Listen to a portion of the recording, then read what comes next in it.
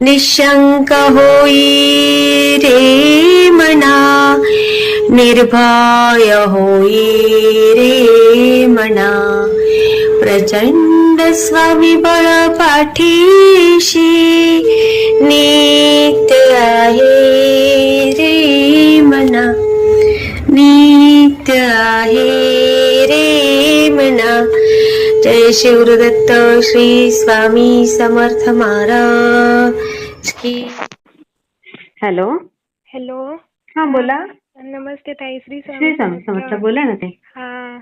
तो मला अनुभव शेअर करायचा होता. हा, कुठून बोलताय तुम्ही? नाव नाही सांगत, पण आता सध्या तरी मध्य प्रदेश मध्ये आहे. अरे बापरे. महाराष्ट्रातलीच, पण इकडे आमचा बिझनेस आहे ना सोन्या चांदी गलाईचा. अच्छा अच्छा अच्छा. हा हा हा. मग रोज तुमचे व्हिडिओ वगैरे बघत असते युट्यूब. अरे वा. हा हा. हा, मग ते राजेंद्र बद्दलचा व्हिडिओ मला शेअर करायचा होता. हा, सांगा ना ते. सेवा घेतली होती तुम्ही त्यांच्याकडनं?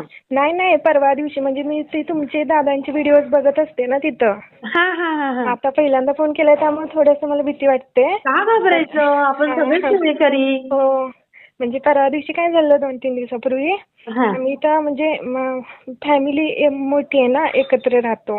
अरे वा. कधी घरामध्ये वाद वगैरे होत असतात. हा, बरोबर आहे. मग घरामध्ये वाद झालेले त्यामुळे माझे मिस्टर ना दुपारचं घरातून गेलेले. अरे अरे. हा, फोन वगैरे सगळं स्विच ऑफ.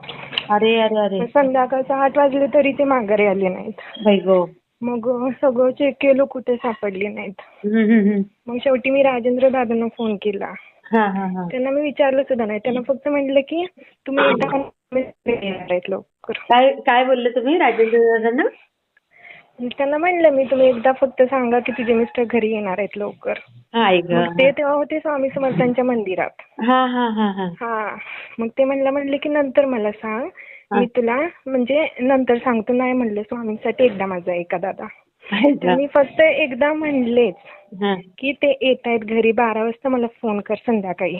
आणि त्यांच्या तोंडातून स्वामी बोलले, ताई मी बाहेरून आत आले घरात, 2 मिनिटात माझ्या मिस्टरांचा मला फोन आला, ताई मी घरी येतोय म्हणून. अरे वा. मी एवढी खुश झाले. आणि 2 माझी मुलं आहेत ना छोटी, त्यामुळे मला त्यांच्यामुळे फोन वगैरे करता येत नाही. आता जरा तो छोटा बाळ आहे 2 वर्षाचा, ते जरा बाहेर गेले फिरायला. मग ते बोललेच नुसते असं की मला 12 वाजता फोन कर संध्याकाळी, तुझे मिस्टर घरी येणार आहेत लगेच. हो. आणि त्यांना मी विचारलं नाही, नुसतं म्हणलं त्यांना तुम्ही असं बोला म्हणलं नुसतं. आणि त्यांच्या तोंडातून स्वामी बोलले, ताई 2 दुपारपासून फोन स्विच ऑफ ठेवलेला ताई त्यांनी. किती टेन्शन आलं असेल तुम्हाला. होय ना. आणि रडत होते वगैरे. आणि मग सांगितलं, मग आले घरी. मग 11 वाजता मी त्यांना नंतर फोन केला राजेंद्र दादांना. ते कुठेतरी बिझी असतील, मग काही उचलला नाही. मग 12:15 वाजता त्यांचा मला फोन आला ताई. अरे बापरे. बघा, ते न चुकता करतात हा ताई. 12:15 रात्री फोन आला. मग त्यांना म्हटलं, हो दादा झालंय सगळं व्यवस्थित. म्हणलं तुमच्या तोंडातून स्वामीच बोललेले म्हणलं. म्हटले. मग काय नाही, आभार वगैरे व्यक्त केले. आणि मग झालं. तसंच छोटासा अनुभव होता. छोटासा नाही, फार मोठा आहे. त्यावेळेला तुम्ही किती संकटात असाल. हो ताई. टेन्शन मध्ये असाल. काय काय विचार आले असतील डोक्यात. विचार म्हणजे फोन स्विच ऑफ ठेवलेला ताई त्यांनी. पण मी कधी सुद्धा त्यांना फोन केला नाही. पहिलाच फोन केला, म्हणजे भरपूर फोन केले, त्यांनी उचलला नाही. शेवटी मी फोन केला, ते मंदिरात होते स्वामी समर्थांच्या. स्वामींच्या समोर होते, त्यावेळी ते बोलले तसे. झालं. आणि 2 मिनिटात म्हणजे मिस्टरांचा फोन आला, 10 मिनिटात ते घरी आले. बापरे. किती स्वामींची कृपा.